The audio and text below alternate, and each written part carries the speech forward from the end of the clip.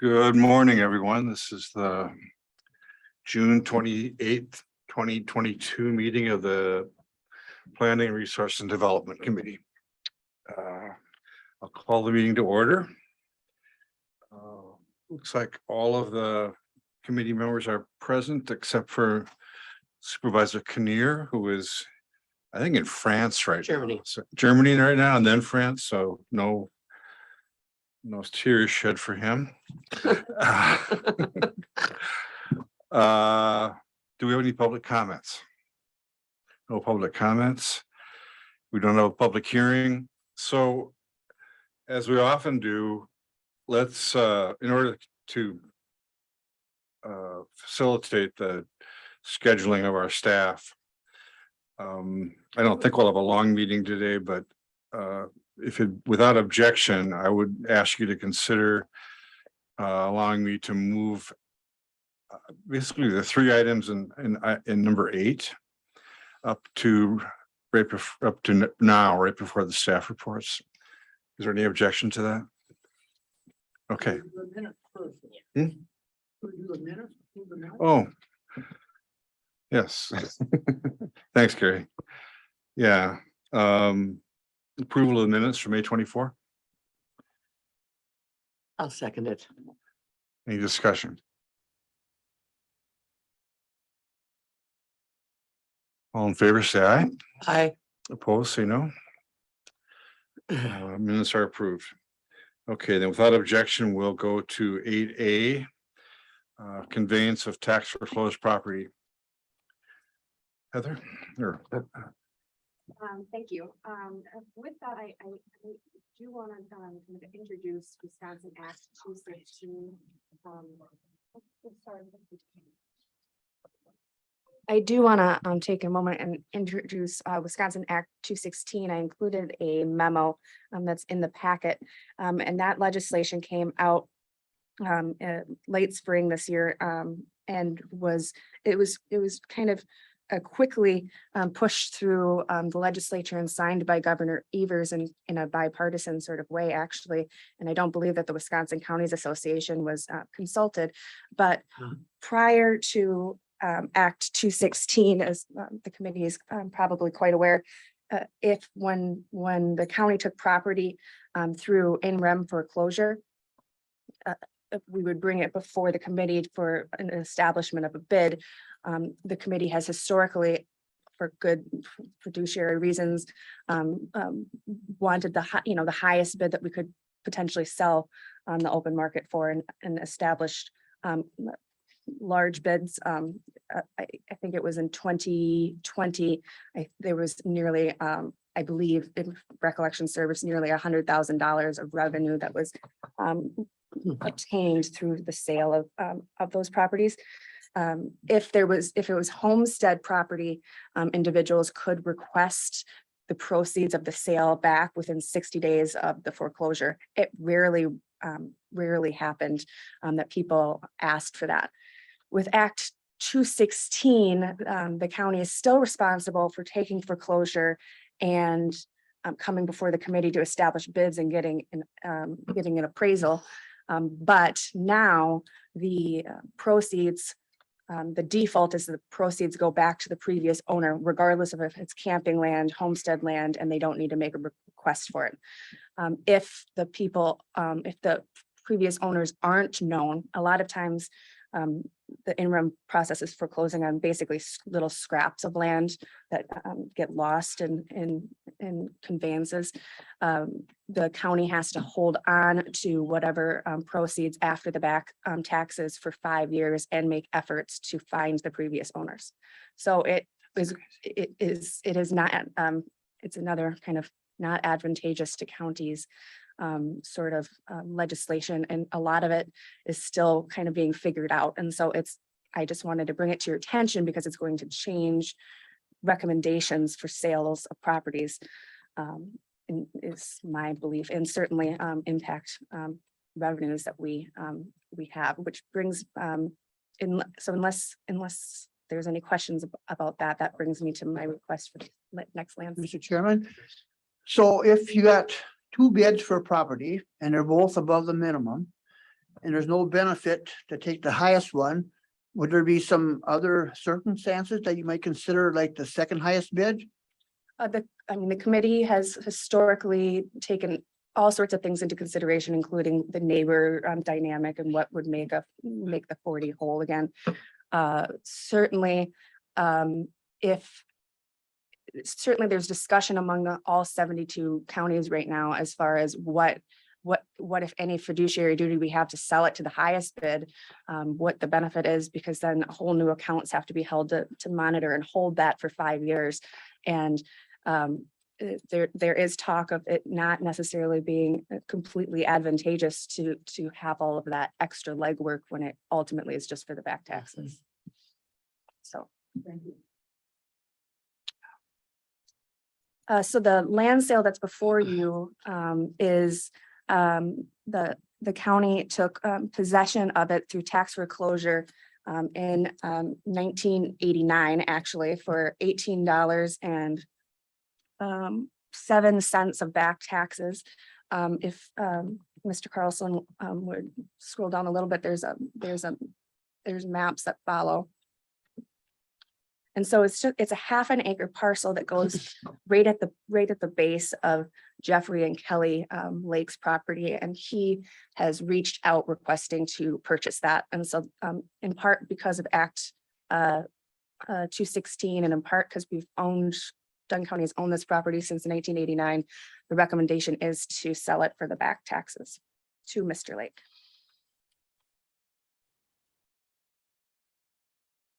It's in the town of Hay River.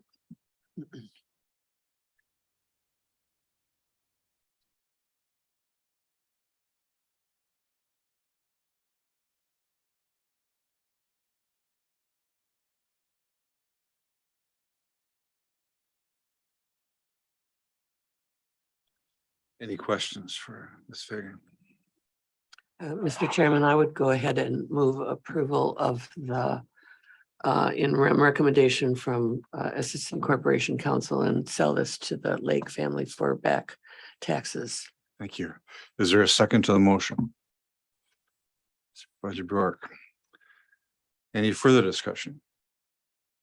All in favor of the motion, say aye. Aye. All opposed, say no. Motion carries. Thank you, Barbara. Thank you.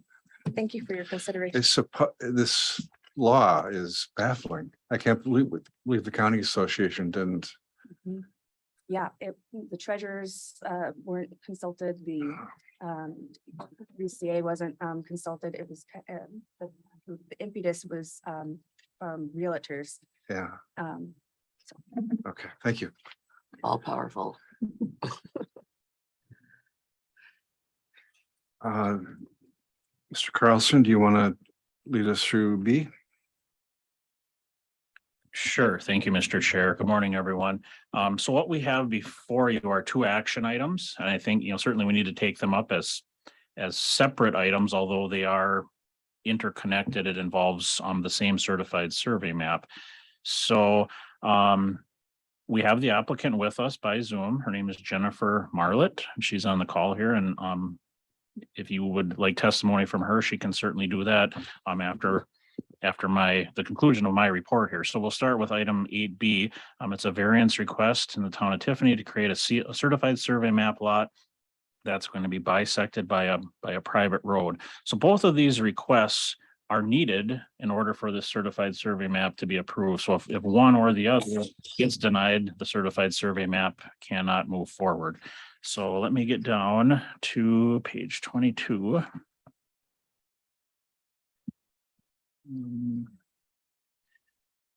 So I'll go through my staff report, and while I'm doing that, I'm just going to bring up the parcel here so everybody can see it. So here's an air photo.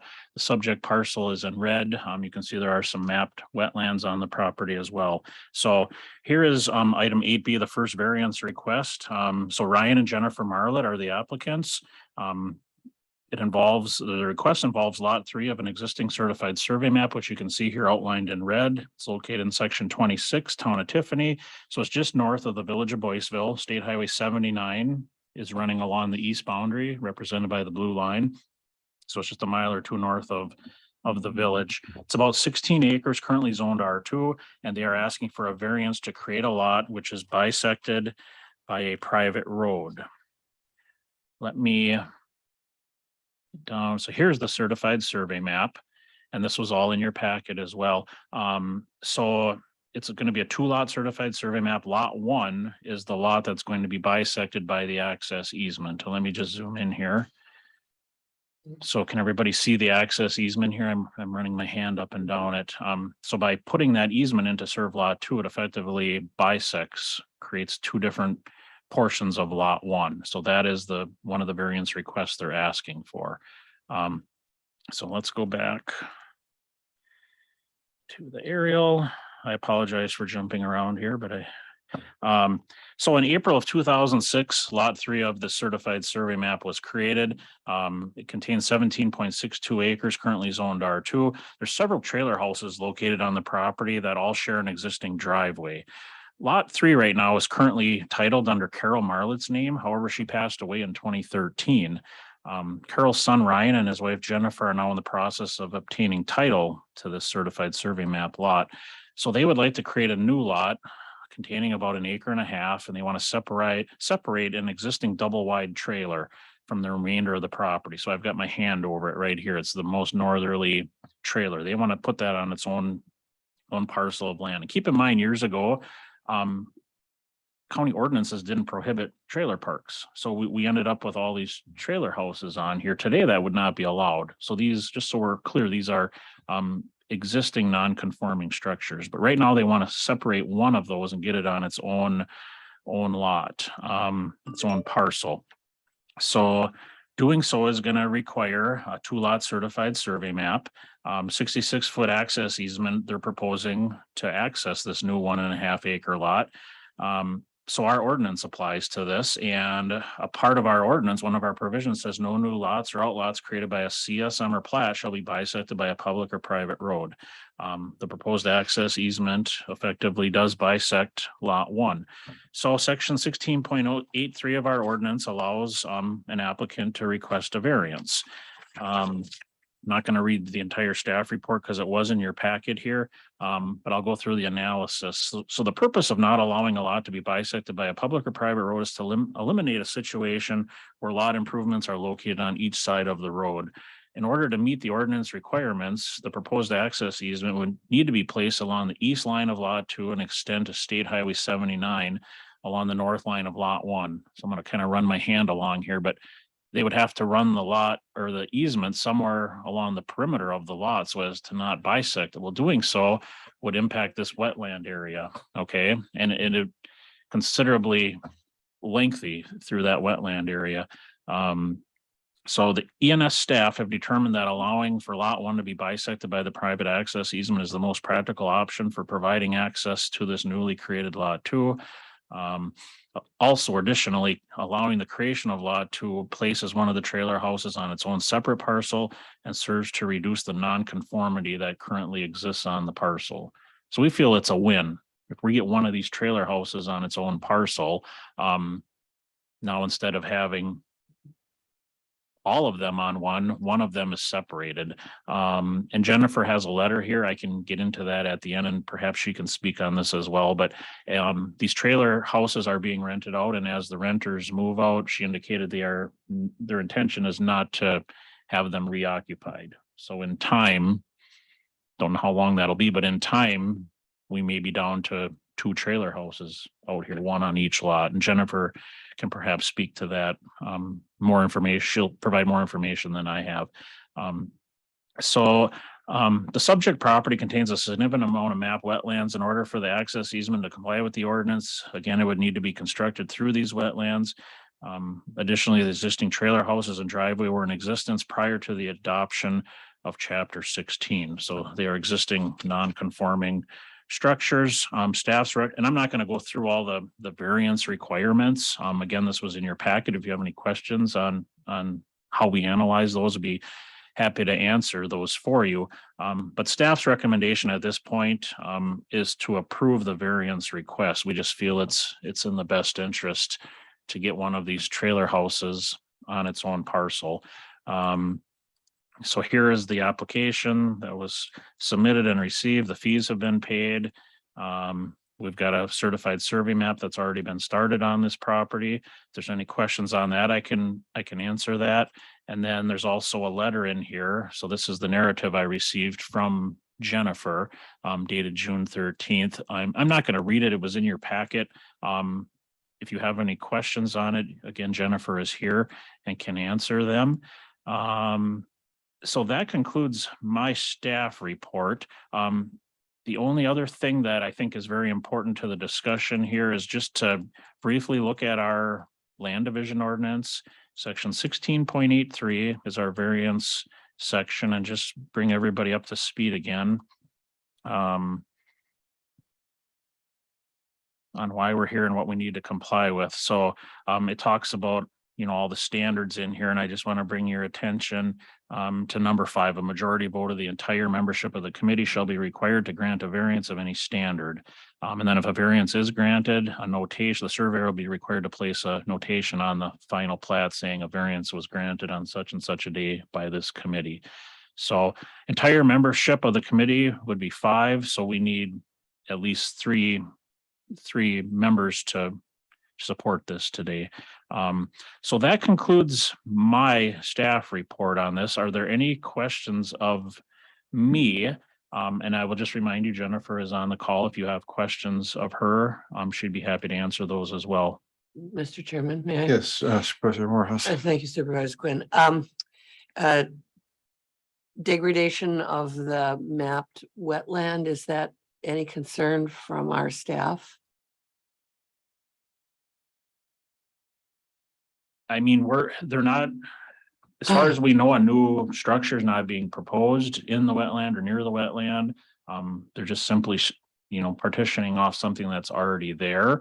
I personally don't think that, the wetlands are going to be impacted. The driveway is already there.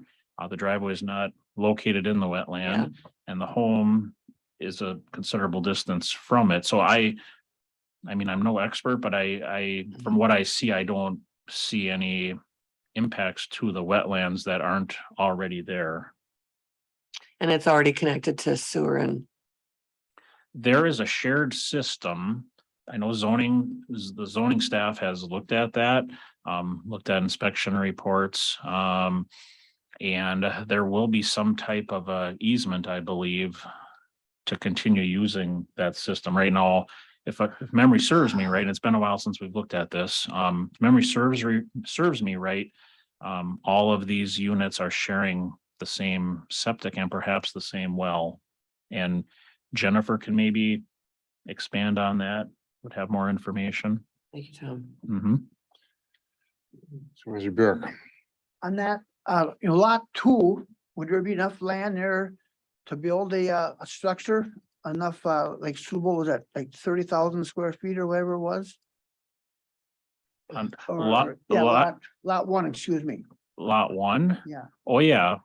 Yes, lot 1 is sizable. It's got 16 acres on it right now, according to survey. So there, obviously the east end of it has mapped wetland, Right. which wouldn't work. But if we bring this up again, there's a lot of, and I guess I don't have the steep slopes turned on here, but I mean, they're somewhere on this 16 acres. Yes. I mean, in theory, if these trailers say were all raised, removed, and somebody wanted to build a new home on there, yes, there would be 30,000 square feet somewhere on there. Is there going to be an easement then from that private road to lot 1? Or is the easement like Highway 79? So this is a road coming in right here. Mhm. So then let me zoom in a little bit further. I'm very familiar with this map because we've been looking at it for quite some time, but I realize, the committee hasn't seen it more than about a week. So this is the access easement coming in here off of the public road. So it's 66 feet wide.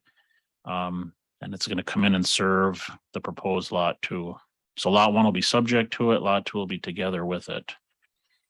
And by running that in, it severs lot 1 into 2 pieces. And that's the ordinance requirement right now that they can't meet, that they're asking for a waiver on. And staff have looked at this. We can't come up with any other good option for doing this. Lot 2 could be reconfigured, put on its side, so to speak, and extend it all the way out to the state highway, but then we have the issue with the wetland. They may be able to get a driveway permit off the highway, but now they're gonna need permits from the DNR and others probably for placing fill in a wetland, and we just don't feel that's, in the county's best interest to impact that wetland. But for future, would it make sense to have some kind of easement from lot 2 to get to lot 1? Or is there no advantage to doing that right now? I'm sorry, but I'm not following from lot 2 to get to lot 1. Well, because a private road goes to lot 2, right? Yes, that road And is for that there. direction, you cannot get to lot 1 legally, right? Well, To lot 1. Lot 2, you got access to it by that private road yep, and lot 1 has frontage. on 79, but it'd be almost Well, impossible. and it that- has frontage down here as well on 1037th Avenue. Oh, okay. And they're okay. gonna use this, they're gonna use this, these, So what's that dotted line going across there? Then that's what got me. I thought that was this dotted line, right where your hand is. Is that a 40 line or something? yes, it is. Okay, that's why It is. I was Yep. thinking that was the lot 1. It's not labeled Excuse as there it is over here. So there's the 40 designations. You're- Okay. You're correct. Mhm. Okay, now it makes sense. Thank you. So again, all of this is existing. Yeah. And if we walk away today and deny this, nothing is gonna change. These buildings are still gonna remain. We can't, have them removed. We can't force them to put in a different driveway. So, we're really leaning heavily on the whole existing non-conforming argument here that, and again, we feel it's in the best interest of the county. If we can get one of these on its own parcel, that's a win in our book. So, and it makes sense. So the driveway is on lot 1. The easement is owned by lot 2. Is that correct? Well, lot 2 would have rights to use the easement, right? The land under it though is I owned mean, they by have lot an 1. easement to use it. The actual property itself is part of lot 1. Correct. Yeah. Right now, this easement doesn't exist. They're Right. proposing this. Yeah. But if we approve this map and it gets recorded, then, if lot 2 down the road, say gets sold to myself, it'll be together with the 66-foot wide access easement. Any other questions? Ms. Bartlett, do you have any comments you'd like to make? No, everything that has been said so far is correct. Okay, thank you. Anyone care to make a motion? You want to approve both of these, Tom, or at once, or? I would prefer if we had separate, Okay. they are separate items, so we take Okay. each one up separately. So, motion to approve the variance on CSMA lot bisected by a private road. Is there a motion for that? I'll move approval, Mr. Chairman. Is there a second? Right here. All in favor, say aye. Aye. Opposed, say no. Motion carries. Thank you. 8C. Okay, thank you. So this is another variance request. Let me, related to the same map.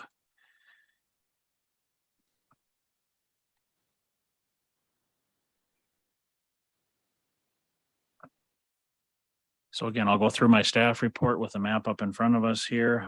So we all know where the property is located. Won't get into all that anymore. So this variance request is to create a lot with more than one existing habitable structure. 16.46 sub 12 of our ordinance states no lot shall be created with more than one existing habitable structure. The proposed lot 1 will contain numerous habitable structures. So right now, these trailer homes are occupied, some of them. And by allowing or approving this certified survey map, we don't meet that standard of our ordinance.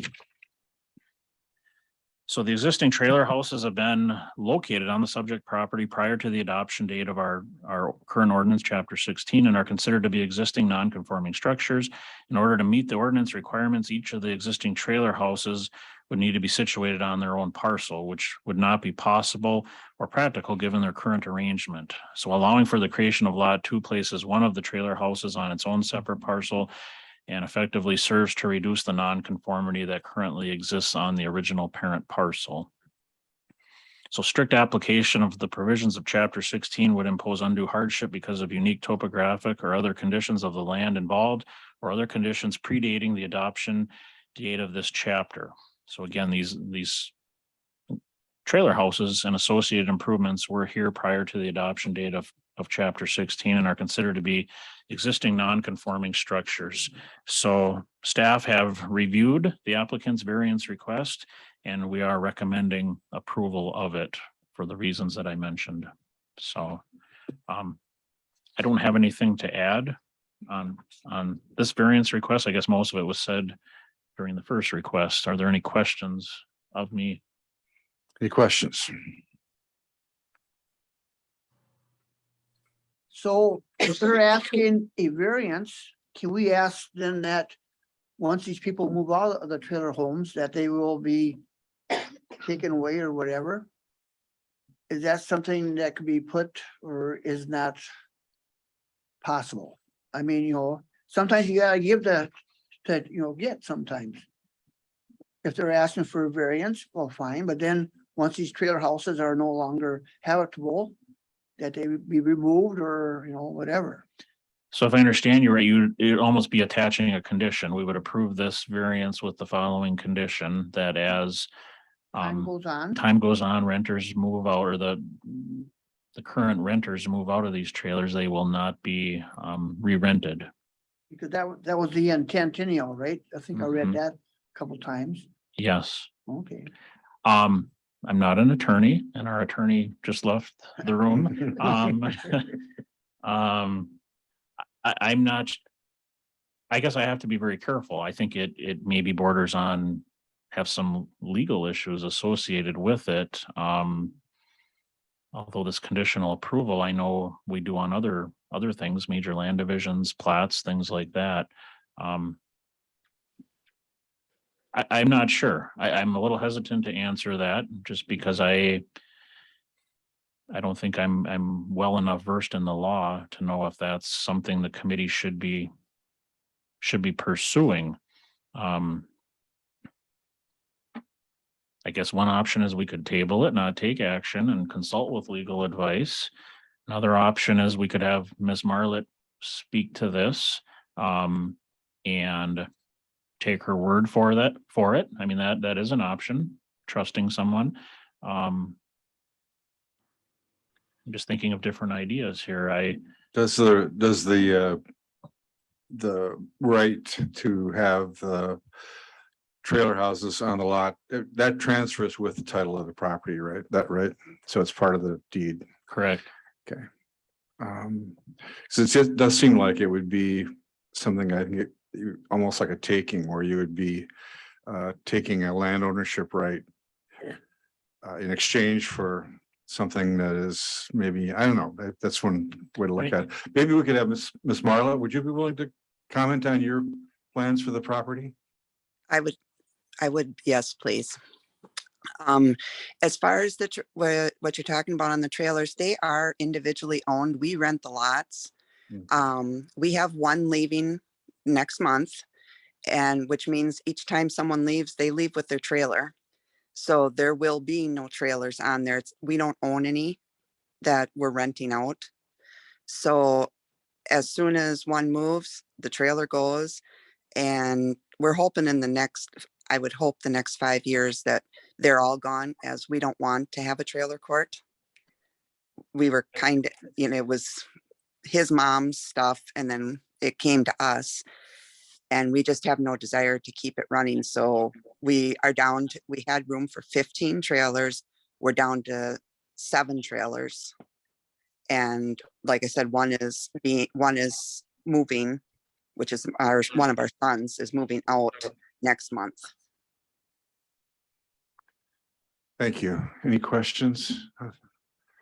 But I thought we had something that for non-compliance, but they're grandfathered in, that once things change that they can't be improved, or wasn't that the situation that, you know what I mean, if it was grandfathered in, it was okay as long as they didn't make any improvements or didn't do any changes. But then I thought some of our ordinance said that they would have to be done away with. That would be more of a land use. I don't think there's anything in, certainly there's nothing in the land division ordinance Okay. that speaks to that.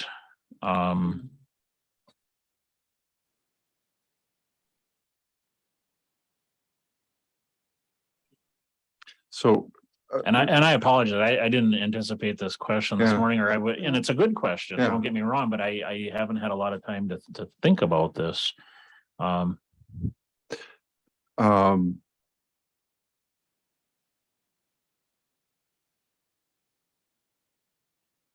There already is a lot with more than one habitable structure on it.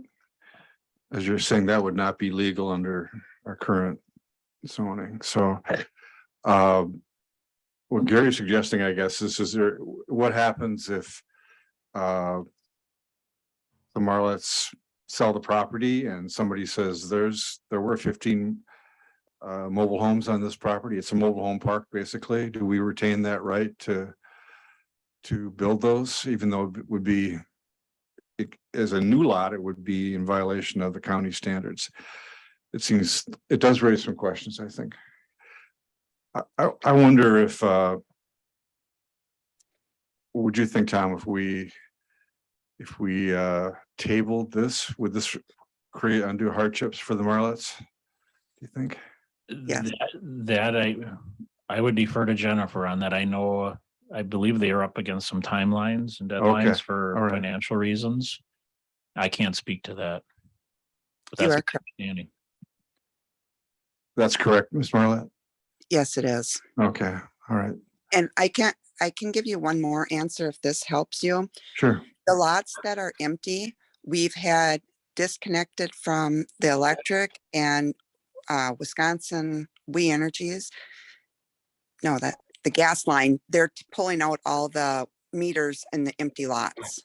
So there will be no access to those, and we have no plan of selling the land either.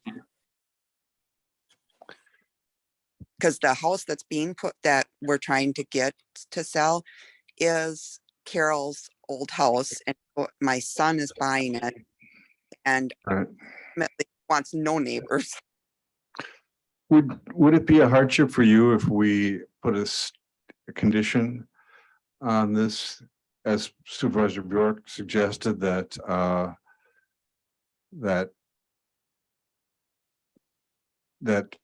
existing trailer homes that are, once they are removed, they will not be replaced? Oh, that is just fine. Okay, maybe that would solve it, huh?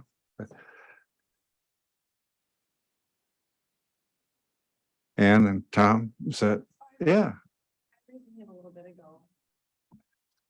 There is, under the zoning ordinance, chapter 13, there are some provisions that regard this. Once a non-conforming use has been changed, it shall not revert to a non-conforming status again. If the non-conforming use has been discontinued for a period of 12 consecutive months, it shall be considered abandoned. Any future use shall conform to the provisions of the ordinance. So essentially, what, she's saying, there's some there that are Right. gone. They Okay. cannot come back under the ordinance. Thank Not you. the division, but Thank you. I think that answers the question, Yep. doesn't it, Gary? Yeah. That's what I was thinking about all the time. I knew someplace in there that, like, once it was idle for a certain time, that it would revert back, it would not be non-conforming in the future. Okay, I have a related question. I'm wondering, would this change affect the legal rights of the current tenants at all? Like, I assume right now they have a lease, right, that for a certain amount of time that they can have their trailers on the property. If we make this change to the lot, is that gonna affect those leases at all? You don't think so? Okay. No, it should not. Okay. Then I don't have concerns there okay, either. all right. So a motion would be appropriate. Anyone care to make it? I guess the motion would be to approve the variance request in the town of Tiffany to create a CSM lot with more than one habitable structure. And I thought, like your Jennifer said, she'd make a statement in on that. No, it sounds like from what Ann's saying that our current statutes would Take care of itself. prohibit replacing that house anyway. Okay. Did I get that correct, Ann? Yes. Okay, I'll make that motion. all right. Is there a second? I'll second, Mr. Chairman. Any further discussion? All in favor, say aye. Aye. All opposed, say no. Motion carries. Thank you. Thank you, Ms. Marlott. Thank you guys so very much. We appreciate it. You're welcome, and you are free to leave at this point, Jennifer. All right. Thank you. You guys have a good day. You too. You too. Okay, let's go back up to 6A. And let Heather get on with her vacation. Any questions to Heather about the report, or any comments you want to make, Heather? And actually, Heather is on vacation Oh, I right now. thought she was on the screen. Oh, that's Heather Wood. I'm sorry. Yep, Heather is not with us. Heather, you can't go on with your vacation. Heather, okay. Keep going, Tom.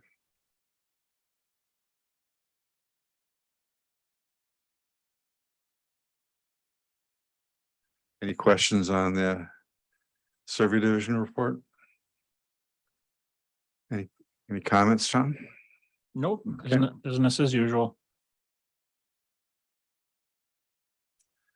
Planning and zoning?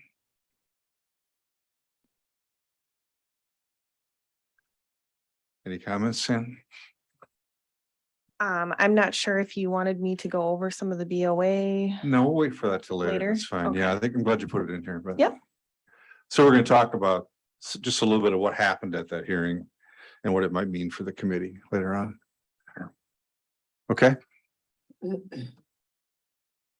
Chase, any comments? Just a comment on the second paragraph, we talk about receiving additional cost share dollars from Jackson County. You noted in the agenda today, later on, we'll have a budget adjustment request for additional money. So some things have changed since I put this report together, but we did secure all the funds that we're looking for from other counties. So that's an important point there. And then just a couple other things. Just an announcement regarding the Meridian Barrens. There's a dedication event coming up on Wednesday, I believe. That was 364 acre property in the Tyrone area that Landmark Conservancy has acquired, and the Dunn County Board had supported that effort in years past. So just want to remind you of that.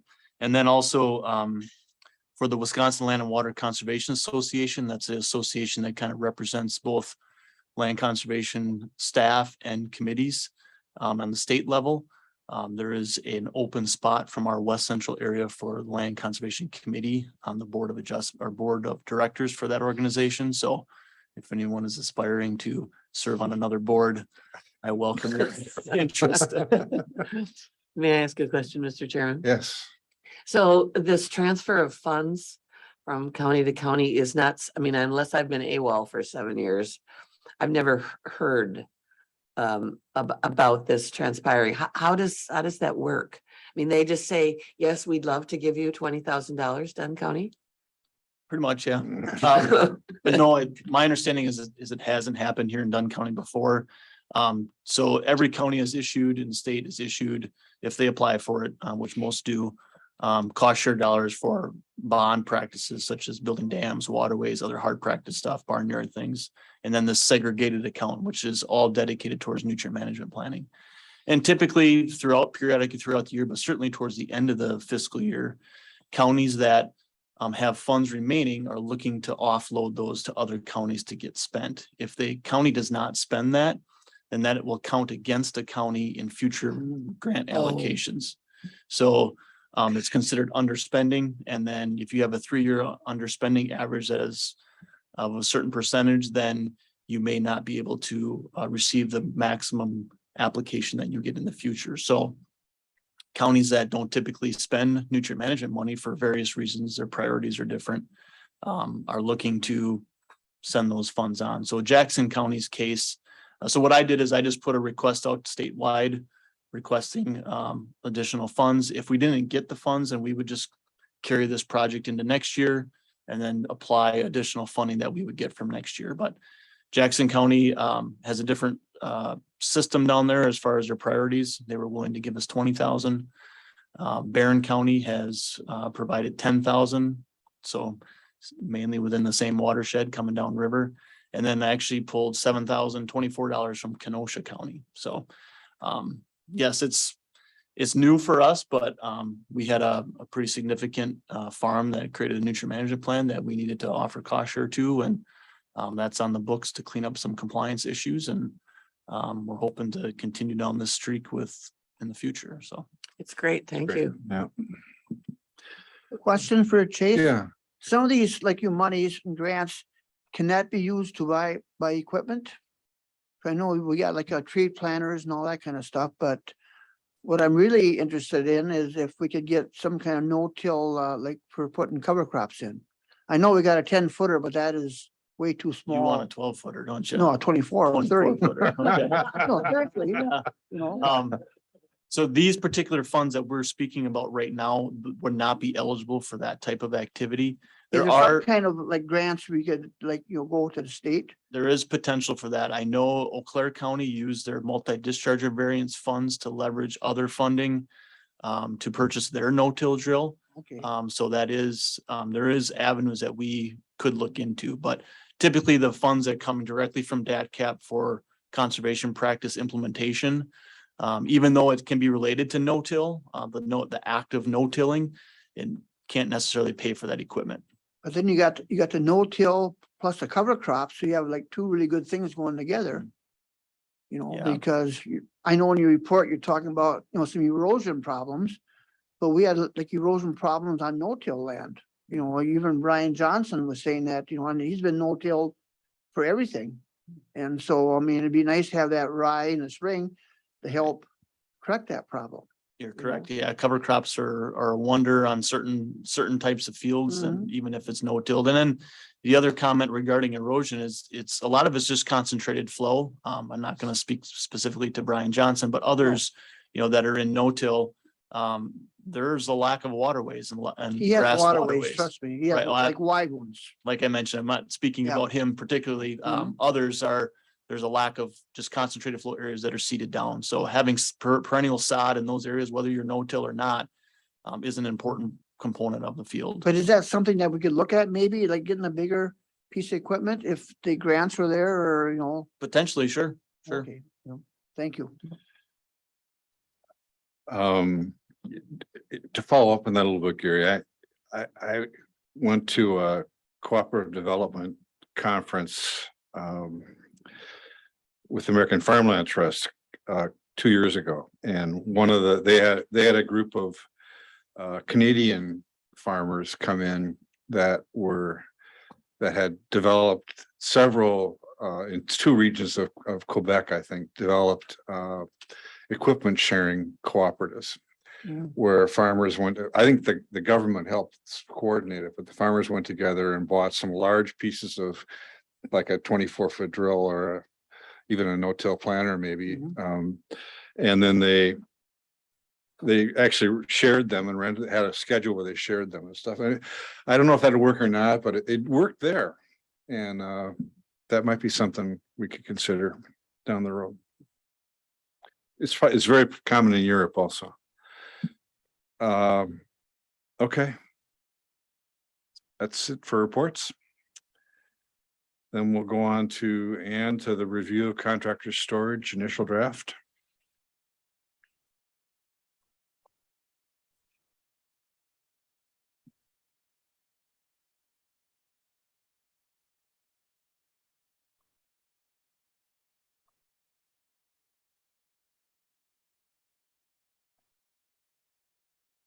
All right, so we have talked about this a little bit previously, but I've kind of tried to narrow down a definition and some standards that we could potentially add in.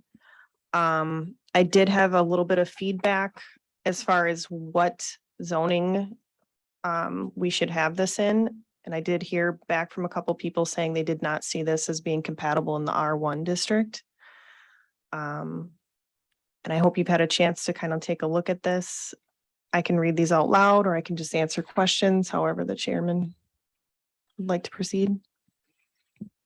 Can we get it a little bigger, Tom?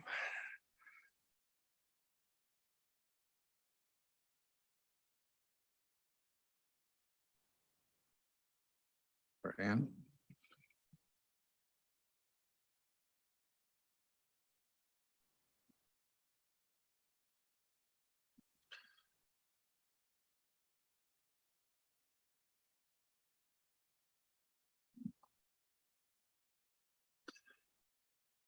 So the R1 question.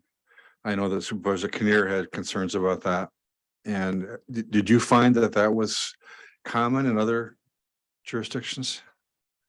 Yes, actually, and it was allowed in some other residential as well. One of the things I had considered when creating these standards was that if these were in a residential district, things like having this be located a minimum distance of 300 feet from any residence, site obscuring fence, some of these things I thought would kind of offset some of those concerns potentially.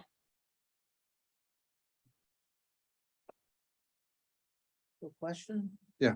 So if the storage, the contractor storage area, what would the actual business be zoned? Mostly commercial? Because you gotta have a business if you're gonna have a little storage area next to it. So that So- wouldn't be zoned R1, that would be zoned commercial, light industrial? So this is designed to allow someone in a residential district to not have their business located on their property, but to have storage for their business. So the actual business itself would have to be on a commercial property. Some of the, let's see if I have this here. Cause I was thinking of the one up on 25 where the business is right there and they Right. wanna add on a little bit to the north of it. So it'd be, Yeah. Some of the things I kind of listed here too, it's generally contractors that do lawn maintenance, snow plowing, tree trimming, things that aren't necessarily done on site, but you have to have a home base to store things, or, you come there in the morning, pick up your equipment and take off for the day. Mr. Chairman, may I ask a question Yeah. pertinent to that point, Ann? Because this originally came up, this discussion about that property up north, and that was not a lawn maintenance business. It wasn't a property management business. It was a painting, it was a painting contractor. So I'm just curious as to why the limitation on the type of contractor. So I don't see this as a limitation. Okay, These are, so if we look at the definition here. Let's see. So service contractor is just another definition I thought I would put in here. It is including but not limited to. And that's then true, you if did you say look that. in the standards as well, the applicant shall not store, erect, or employ any structures, services, operations, vehicles, or employees not indicated in the plans. And then I think activities are limited to the storage and maintenance of equipment and vehicles for use off-site. No manufacturing, retail services, industrial uses, commercial uses, or other businesses shall take place on the same lot or parcel. So if he wanted to store, say, his painting equipment or those, semi-truck trailers in the shed, because I think he intends to build a pole shed to store most of this material, he would not be able to do any work on site on that parcel. I guess I missed the Oh, there's a Yep. lot here. including but not limited to. Thanks, Ann. Yep.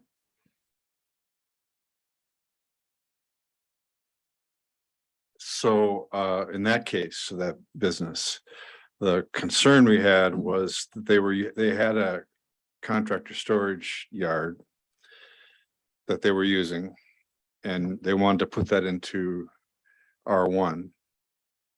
And under this revision, that would be technically allowed, except for the fact that that was not separated by 300 feet from the residential parcels, I don't think. Yeah, I can't recall the distance there. And I- There was at least one parcel was directly across the fence from it. And they were proposing other parcels that would have been, some may have been 300 feet, but some wouldn't have. Right, I think they were intending to split after yeah. rezoning to R1. And then he did come back and ask for a rezone for commercial as well for a different parcel. Right. Okay, And so, I mean, in that case, we should do an ordinance just for that particular case, but in that case, this would apply to him in that he owns property adjacent to his business in GA in general ag, and he would be able to use that parcel without rezoning it to store the equipment that he now has back on that other parcel that's not appropriate. So on these parcels, you can, it seems to me like, I mean, I still sort of feel like R1 is a stretch. You know, I don't know what other people feel. I can see some real problems with it, and I don't know that it's necessary. I mean, if you were gonna do what you said, you might be better off going to a GA zone and buying, an acre of land or something.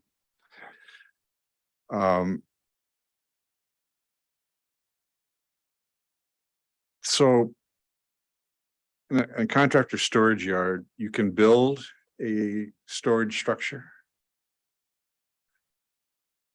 So in the case of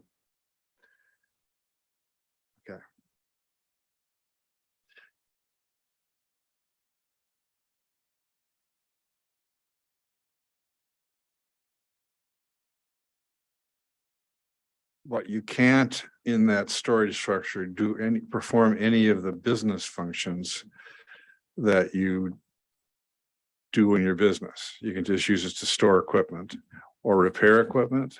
That's a pretty broad. I mean, could you have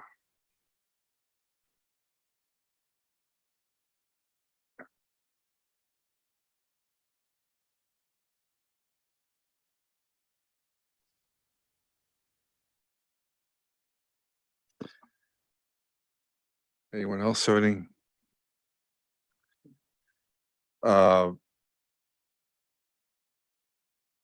Would there be any need to, like you fence in this area? Or did I miss that? I mean, You might- sometimes it might be on the owner's like benefit for security, but so under the operational standards, I did add in screening. So any such yard shall be placed or screened by plantings or fences as not to be visible from any public highway or any residential building other than that of the owner of such yard, their agent or employee. And I think I have something else. Oh, that's all I have for that so far. Could you go back up to the?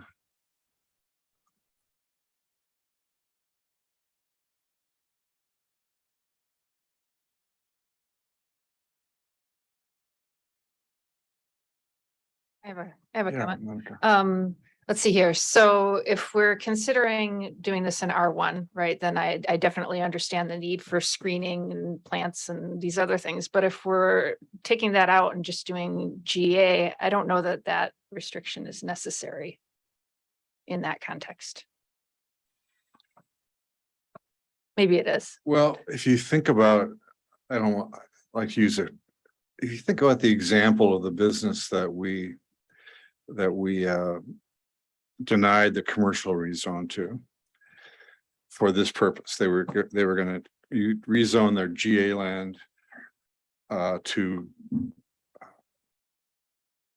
commercial. We said no, but you still have to close down your existing storage yard because it doesn't meet it. It's not consistent with residential use, I think we said.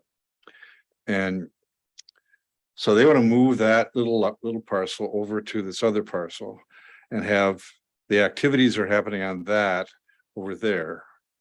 That is right. This is in a area that is, I mean, it's right along highway. It's not, it's in an area that's planned for residential development, I think, right? And their storage is partly equipment and partly materials, barrels, kind of it's not stuff I think you'd want. It's not in a building right now. It might be then, I don't know. We have no control over that, right? So if we allow it to be out in the open with no building, then the question is it reasonable to expect that use would be, since it could be in a area near residences, that they would have some screening? I would sure like, if in this case, if they put that in that area alongside the highway, I would think it would be in the public interest to require some kind of screening from it. How would you see that? Well, I guess I would try to think too, in GA, it is residential use. It's not just, exclusive Right. farmland. So there's a lot of homes in GA as well. I tried to, we can adjust the language for the screening too, if we'd like. I think how I kind of thought about this was just, screening it from public highway, people driving by and it being an eyesore potentially. And same with a residence. I just kind of limited it to a residential building. I didn't really necessarily, the screening would be required if, say, there wasn't a highway or a road or residential building nearby. So is this zoning by special exception or by right? Special exception. So that would be the consideration of the Board of Adjustment. Yep. And they could address that and add additional conditions if they saw necessary.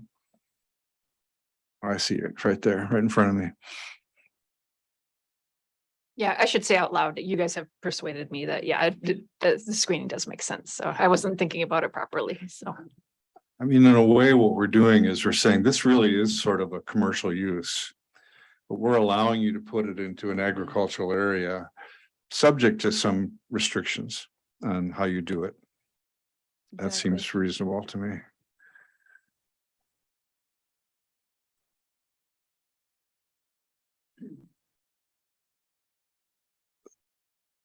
Any other thoughts? So you're suggesting, Anne, that you would try and frame this into a more formal. Are you ready to do that, or you want more discussion in the future? I think that's kind of up to you a little bit, but Nick hasn't, Corporation Council hasn't looked at it. given me any feedback yet, but I think they're working on it. Okay. So I think that'll be important. We'll probably still like to hear from the towns too, their opinions at some point. Okay. So we will move forward with the development process and the reviewing process. Thanks. Any other questions? Okay. Review of groundwater ad hoc committee recommendations. Chase. I don't have it up, but yeah, I can. It's fine. Actually, if you wouldn't mind, I'm not even logged in, but. Okay, it's been a little while since we've kind of addressed the groundwater ad hoc committee recommendations just due to cancellations of these meetings, but then also needing a little more time to work on some of the aspects of it. So in the packet, I just had the traditional recommendation check-in, highlighted a few things in blue of what we've been working on. I don't know if there's any specific questions about that, but I'd like to spend a little more time just talking about the stormwater erosion control ordinance, as well as potential wetland standards or ordinance. So I guess with that, if there's any particular questions about any of the other items before we move into that, I'd be happy to try to answer them.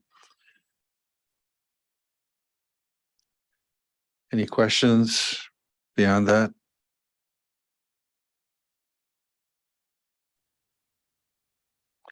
Okay, let's do that, Chase. Okay, so Tom, if you wouldn't mind scrolling down to page 16, I think it is. Yep. Okay, so Heather Wood is also on the meeting today on via Zoom.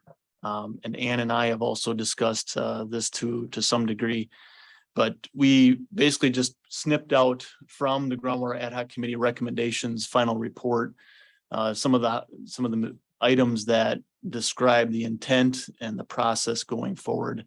And I tried to highlight a few things in there, just looking at one of the big things is capacity and capacity for staff, funding capacity.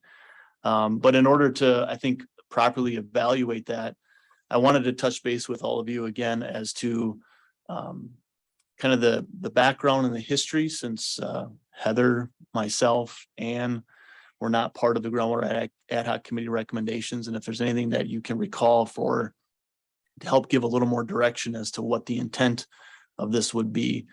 I've done a little bit of homework on what other counties are up to, what their capacity has been, but I tried to lay out, Tom, if you wouldn't mind just scrolling down a little bit further to page 18. I'm sorry, I should have had this set up better. So there are a couple of goals of this ordinance. I put question marks behind them because I tried to identify them as the way it was written in the ad hoc committee recommendation report. So I just wanted to confirm consistency with all of you, if that's the direction we want to head. A little more clarity maybe on the focus of groundwater versus traditional surface water impacts that a stormwater and erosion control ordinance typically has. And there is limited technical guidance on impacts to groundwater. For example, a stormwater detention pond is intended to settle out sediments and infiltrate water, or an infiltration pond would do that. The thought behind impacts to groundwater isn't necessarily the primary focus for that. So I'm interested to know your thoughts on how we may address the groundwater component, or if the consistency of these goals is still in your interest.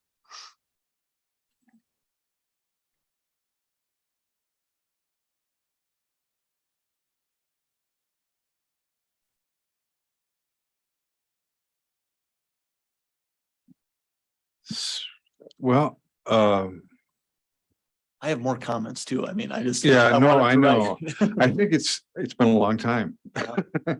And I don't know if other members of the committee have a better memory of the exact intent than I do.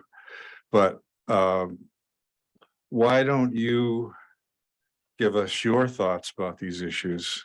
Because that's kind of what we're going to get to, I think. Sure. So a few things just to, I tried to include in this report is identifying the scope of the ordinance. What are we looking to impact? What are our county staff expectations and some of the capacity here? And then existing regulations that are in place. So I sent out to our statewide listserv, all 72 counties, just asking if you have a stormwater erosion control ordinance, and if you do, who is administering it, or what is your capacity for that? And I received, of the 72 counties, I received 45 counties that responded. 20 of them have a stormwater erosion control ordinance. 25 of them do not. And of the 20 that said yes, it's been kind of a mixed administration of that ordinance between county zoning and or land and water conservation division. So obviously we're one department here. So Ann and I have talked a little bit about this as to where we feel might be the best suited. But I think one of the, in my other homework I've done, looking at some of these regulations and how other counties are implementing it is anything over 1 acre of disturbance. So we deal with this with major subdivisions, plats. DNR is covering the stormwater Okay. erosion control component of that. Typically, 1 and 2 family dwellings are covered under UDC or Uniform Dwelling Code for stormwater and erosion control. Now, whether or not we actually see that on the landscape, that's maybe a different topic, but by code, typically, especially through NR 151, 1 and 2 family dwellings are typically exempt from any local ordinance such as through a zoning or land conservation department. So then it comes down to what is our interest on a scale or scope. For example, Polk County has a stormwater erosion control ordinance. It is quite, I think it's 50 some pages. It's quite intense. And speaking with them, they're mainly focusing on right now, well, they're looking to review or to update their revise their ordinance, but they're looking at anything over an acre, DNR handles.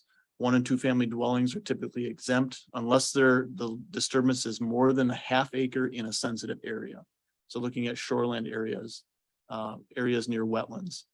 So, trying to look at, and I guess another comment from Polk County was the ordinance that they have on the books is somewhat unattainable in the sense that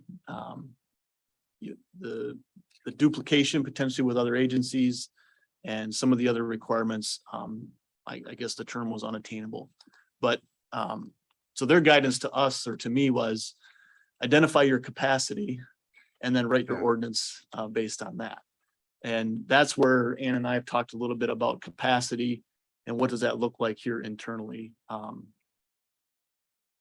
Do we want to pursue drafting an ordinance that looks at just those sensitive areas and land disturbance there? Sensitive meaning shoreland and potentially highly permeable soils if we want to have a groundwater focus. We'll have to, incorporate this into what type of development or activity that is. So is that like in Polk County, they even talk about minor subdivisions and CSMs and having some sort of requirement there. Reflecting back on the capacity and looking just for my division particularly, we adopted the Ag Performance Standards and Manure Storage and Management Ordinance last year, which is basically rolling NR 151's Ag Performance Standards into county code. So it's really wasn't a whole lot of it wasn't really new to us because we've been working in that world before, but it is a county code now. So I've been really intending and trying to track this to see how much time we're spending on it and where does that fit into our workload. Polk County is estimating, I think they estimate to be 12 to 15 major projects a year that they're working on through their ordinance, particularly that sensitive area aspect. And they're estimated about 20% of a staff person. Wow. So 416 hours a year.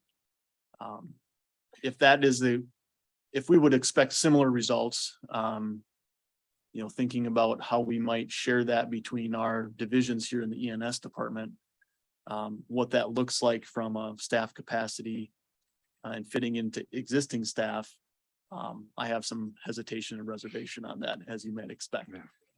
If we do, then we have to look at our work plans and identify areas where we aren't going to spend as much time. And there may be some other services that we might sacrifice. So there is potential for, the capacity being shared amongst our divisions and, whether administration of the ordinance would be done through zoning and the technical review inside done through land conservation, similar to our major subdivisions right now where, survey is doing the major administration, zoning's involved from their aspect. We're involved from a technical review of the stormwater. So I could see that as still working through this process, but having another body, which is one thing that we always seem to be a topic of conversation, comes down to funding. So I don't know if Ann or Tom, if you have any other thoughts on it, but I think that's kind of where we're at here is how to evaluate our capacity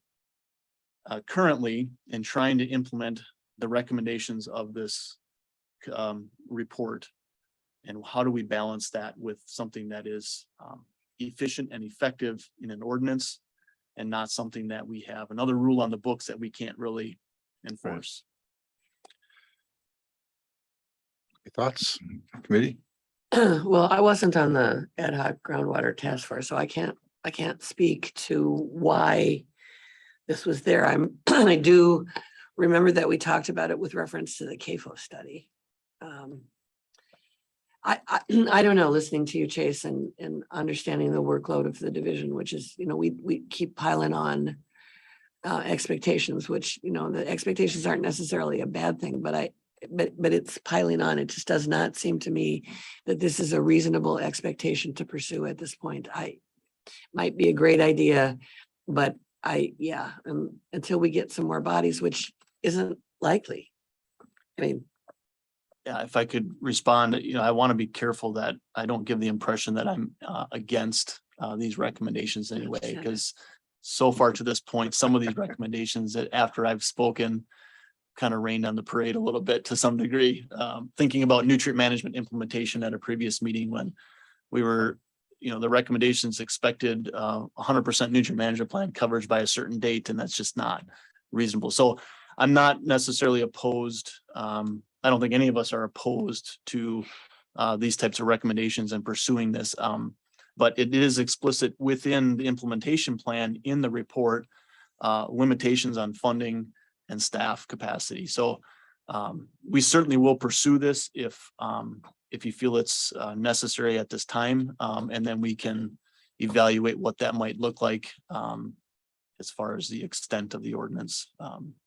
But referencing back to my conversation with Polk County and some other counties, they're actually trying to roll back some of the details in their ordinance just because it isn't making sense and they're not able to keep up. So you said that right now Polk County is really only addressing the sensitive area questions for the most part. And even that is requiring 20% of their staff time. Correct. I'm guessing that they probably have, because of the lake situation, they have more of those sensitive areas and more development in them than we do. That's probably true. Yep. Even so, it's a lot. And I'm trying to tie this back to the groundwater aspect of it, and traditional stormwater erosion control has been a surface water intention. And trying to think of creative ways to bring this back to groundwater. So when we think about sensitive areas, we've had a lot of discussion about, infiltration rates and permeability of soils and trying to identify those on where are we putting our land divisions and trying to account for that. But, so there is that aspect that might be unique in our situation. But even then, that workload associated with that broad definition of a sensitive area. And much of that's going to be covered by the current codes anyway. Yeah. Well, I guess without any further, I think we're inclined to, I'm inclined to admit that we probably were over ambitious when we set that up. And Mike and I persuaded the committee to go along with us. And oops. And I guess I would say that the other topic related here is this wetland standard and potential ordinance as well. I think the same applies. I think through the land division ordinance with some of the wetland setbacks that were part of the land division rewrite do have an impact that we didn't have in the past. But I also would say that whatever's discussed today, if we decide to just kind of hold this for a while, it's still there. I mean, if we, in our activity here in our department, are faced with topics or, requests that maybe we want to bring this back and pursue it, then we certainly can. Or if the committee or the citizens have strong beliefs in revisiting this. I'm not opposed to it, but at this given time, given the guidance that we've been given so far, I'm a bit reserved. Okay. Any other comments by the committee? Questions? All right. Then, any more on this, Chase? I don't think so unless Ann or Tom or Heather Wood is online. If you Okay. guys have any comments, Well, let's go on to E then, update on Act 216.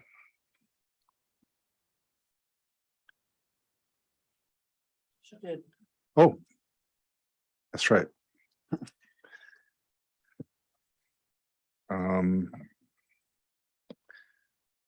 Okay, so I asked Ann to help with a sort of have an informal update on what actually happened at the Board of Adjustment hearing to deal with the Chase Potter's request, Mr. Potter's request for the variance. And because I think it has to do probably with our need to to review the ag entertainment ordinance in general. And so I thought maybe, since we don't often talk about the Board of Adjustment, that we would take a crack at just sort of trying to share what happened at that hearing. And I don't know, do you want to kind of summarize, Ann, from your perspective, what, I attended it also, so I can chip in. Yeah, I can do my best. It was a very long meeting, so we did go through a lot. 3 hours, I think. Yeah. So, I'm not sure everybody's level of familiarity with it, so I'll just kind of summarize from the beginning, but the applicant was Chase Potter, and he had made a request for a special exception for agricultural entertainment, which is defined as using agricultural-based buildings, equipment, or land for an event, performance, or activity intended to entertain others, such as festivals, dances, weddings, corporate gatherings, reunions, concerts, haunted houses, and motorized amusement rides. So he had previously had a permit for this issued in 2018 by the BOA. They attached, I think, approximately 8 conditions to that original permit. And between at that time and today, or last week, a lot of changes have happened on the property. They got a commercial kitchen license, and they also got a Class B liquor license to operate a tavern. And what else? And they just, their use expanded beyond what that original permit kind of covered. So at my urging, I said, hey, look, we gotta get an amendment or a modification to this permit to allow these uses. We need the BOA to be able to review this. Take a chance at, saying, hey, this is how we saw this. Let's make sure we're all on the same page. He did come back with a new separate permit, so we kind of had to address it that way. I don't know how detailed I should get into that part. Yeah. Yeah, so when he first did the permit, it was a pretty straightforward request, but there wasn't a lot of detail in it. So I had asked, can you give me a little more of an idea of what you actually want to do?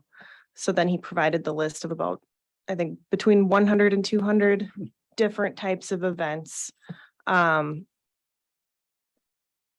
Without detail, it's really difficult to analyze the compatibility and how that would fit in an agriculturally zoned property. So staff ended up recommending a smaller, reduced list of things that we saw, like, hey, this is stuff he's already doing. These are things that are similar. They fit really well. We can understand fully what these are, and they're similar uses to each other. So they could be done under these same conditions. We wouldn't have to stretch our minds to kind of imagine what they might be. So that was kind of what the staff report consisted of. But there was a lot of deliberation about that, like the definition of agriculture entertainment itself. I mean, it says things like, let's see, to use agricultural based buildings, equipment or land. And then it says such as festivals, dances, weddings. So there was some deliberation about what does such as mean? Does it mean that this means you can do all of these things? Does it mean that you have to ask permission for certain things and they can address those? It's been my interpretation that it's important that we understand which ones you actually want to do and that this isn't an umbrella permit. Right. Because that can kind of get out of hand. I mean, a haunted house is very different than a wedding. Motorized amusement rides would require different conditions than, say, a family reunion. And if those aren't presented to us fully, it's difficult to analyze those.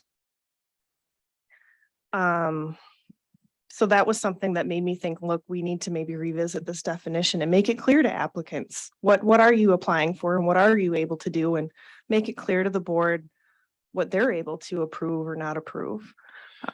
And I think one provision that you suggested in the request was that they provide you with annually provide you with a list of activities that they expect to, so you can identify ones that you think might be a problem, and you can have a discussion about it. And also, I think you had a limitation, you suggested a limitation of like 3 activities per week, something like that. The idea being that, this is not a open-ended restaurant, bar, or and though, anyway, what happened is the committee, the board decided to set aside the new request and instead added if I get this wrong, tell me, added a provision to their existing permit, which allows them to sell food and alcohol. Right? Yeah, so specifically and I don't know if anyone watched the YouTube video, I think this is exactly when it gets garbled and it's a little bit really? difficult to understand, but I think so what was proposed, the board ordered denial of the new request, an affirmation that the original 2018 special exception permit for agricultural entertainment does not deny them from selling food or alcohol. That's right. So I mean, the question what it raises the question of is, for example, that you could see how someone whose intent was different could use this ordinance to basically establish what amounts to a relatively regular restaurant and bar situation in a general ag area. And I don't think that's what the ordinance was intended to do. So, but Diane, you had a question. Yeah, I have sort of 2 questions, one of which I'm not entirely sure is appropriate. Is there continuing litigation?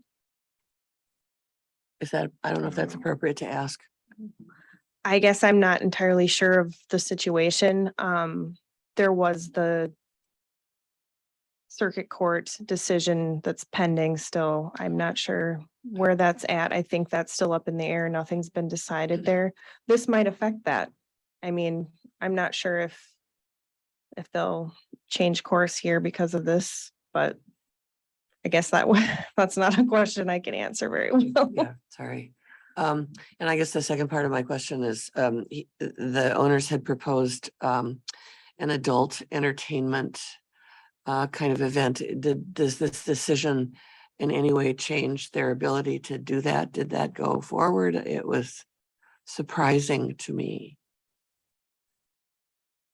I think that use itself, I mean, that is listed in our ordinance as only allowed in commercial zoning areas.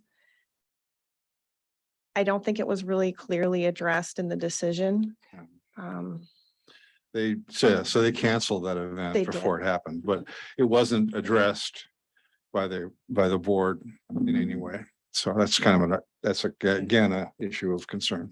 Is allowing dances, allow adult entertainment? But I think that kind of highlights again, like our need to address that definition, Yeah. And maybe have something, that we define some of these such as uses further in the definitions in the ordinance as well. You could define dance, for example, or performance or things like that, so that you're kind of covering that and making it clear. Gary. Yeah, because I kind of agree that we have to like address this, because when I think of ag entertainment or area, I think of like the Govens out there east of us. They have their spring lambing that like draw people in. They have the summer strawberries that bring people in. In the fall, they got the corn maze. And when you and I were first on, Tom, there's a winery northwest of Yeah. And that'd be a great place if you want to have a wedding venue, it'd be just because of the vineyards that and sell wine like that. I mean, it seemed like we're really getting far away when you're talking about a little carnival coming in motorized, unless you have some ponies on a little going around for the kids and that. But I mean, I think it should be revisited so we're all on the same page. Yeah, I just want to say that, yeah, in my view, we really need to revisit it just to make sure that the language is so clear, right? People can't operate a business if they don't understand what they're applying for and what they're not. And the ambiguity really caused a lot of problems for this business and for the county. And, so we need to fix that. Yeah, I agree. I think that what they're trying to do out there in general sounds very positive, but it could, it and other operations like it could create a problem if we're not careful. Anything else on that topic? Thanks. Let's see. Budget adjustment request from Land and Water Conservation. Right, so this pertains to those segregated funds for nutrient management planning. This is the formal action to go to county board to amend or to adjust our budget. And because it is grant dollars, we need to adjust both expense and revenue. So there is no impact to the levy on this. It's $37,024 coming in from those three counties. And the same amount will be paid out to that landowner, to that farmer. So if you have any other questions, I'd be happy to answer them. Otherwise, this would be forwarded to executive committee and then county board in July.